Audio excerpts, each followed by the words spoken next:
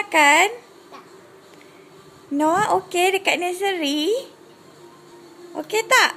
Okey. Besok adik pergi school Okey? Okey. Bye-bye cakap. Bye-bye.